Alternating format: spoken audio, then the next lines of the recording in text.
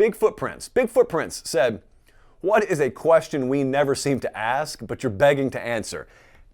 Probably the best question by default, because he is seeding the question to me. I think it's a psychological trick, and it's going to work. Here's what I would do. It may not always work, but what I would do is I would ask for behind-the-scenes stories. That's all I'd ever ask for. Because you can go get anyone's opinion on what they think about the playoff. You can get anyone's opinion on how Tennessee football is going to look this year, or the defensive line at Oklahoma. The behind-the-scenes stuff, what we get to see because of the access we have that maybe you don't get to see, that's fun.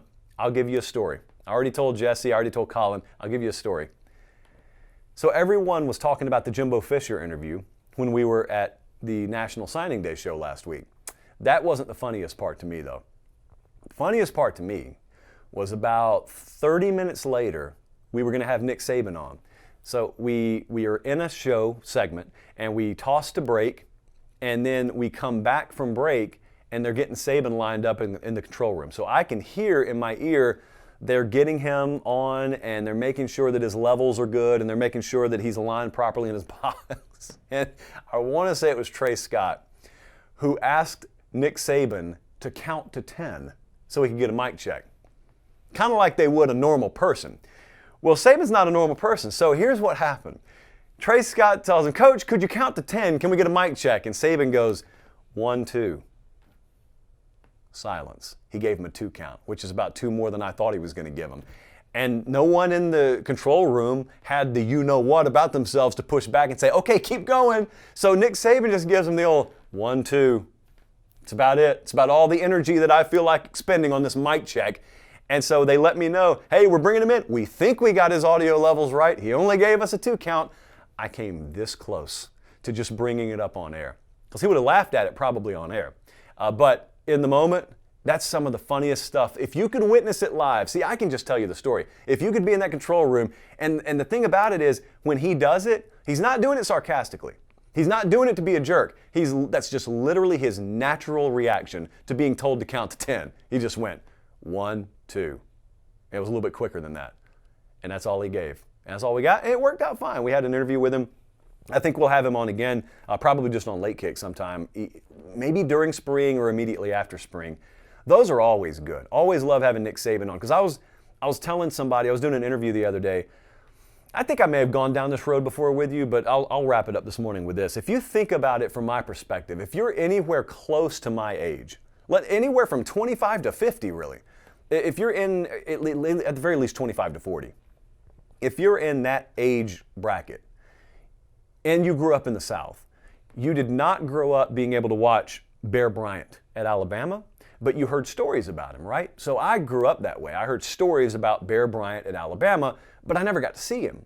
All that existed by the time I came along were old VHS tapes, paintings, and stories, and you could go visit his grave side in the cemetery there in Elmwood in Alabama, which I have done before, but he was a legend. He wasn't an actual person to me. I never saw him. And so I remember as I started to grow up a little bit, and I thought maybe I want to be in media. Maybe I want to be a sports writer, or I didn't know what I wanted to be. I thought to myself, how awesome is it that some of these people whose work I read in a newspaper or on the internet, they actually covered him. These are older guys. They actually covered him. They actually sat in the same room with him. They were in press conferences. They saw him coach. And I always just thought the world of those folks, because they had access to a guy that I had deified in my childhood. And I also remember thinking, that's all in the past. It's all past tense. We'll never see that, obviously. And then Nick Saban comes along and rewrites every record in the sport. And he's doing something totally unprecedented, not only at his university or in his conference, but in the history of the greatest sport in the world. You've never seen anyone like him. I don't think we ever will see anyone like him. But I sit here every time we get him on. We've had him on the show several times now. I get the distinct privilege of interacting with him a lot. We get to interact with the best of all time. This, if I'm in this business another 40 years, could very well be the pinnacle of my career. Anyone who gets to do that, it's not lost on me. I get it in the moment. Maybe some other folks need to take time and realize, even in the moment, you are, no matter how much further you go in this business, at the pinnacle of the business, because you are getting to interact with the best of all time. We're getting to talk with the best of all time. So much so that when we do segments with him, I'll look in our comment section and I'll see Georgia folks and Auburn folks and LSU folks saying, I can't stand him, but man, that was really good. Because you know what you've got. He's not going to be there forever. So eventually, you'll be able to beat Alabama. Hopefully for your sake, you'll be able to beat Alabama. Maybe you'll get one on him even when he's there. But you will be able to say, just as I will be able to say, we watched the greatest of all time. And for that matter, if you go to the NFL level, imagine having watched someone like Tom Brady and someone like Nick Saban in the same generation. They overlapped. Their careers heavily overlapped, actually. We got to see all that. That's incredible. So, I don't know that that's the question you ever would have asked me if we go back 10 minutes and rephrase the question, but that is what I enjoyed the most. The access that we get that good and well I'll never take for granted because you know where I came from. I didn't go into media at age 22, coming fresh off a journalism school assembly line. That's not me. And so for a long time, I just sat there and listened to the radio and, read the articles and went on the message boards just like you did. I get it. So maybe that's why it hits me a little bit different. But we're around in an incredible generation for college football. I know we talk a lot about the problem we have here and should we expand this and should we pay a player that. If you'll zoom out for a second, you'll realize you've seen some incredible things over the last 10 to 15 years. Not just Saban, look elsewhere. We've seen explosive growth in the sport, not always for the best, but generally this sport is massive now. It's as big as it's been in, really its history.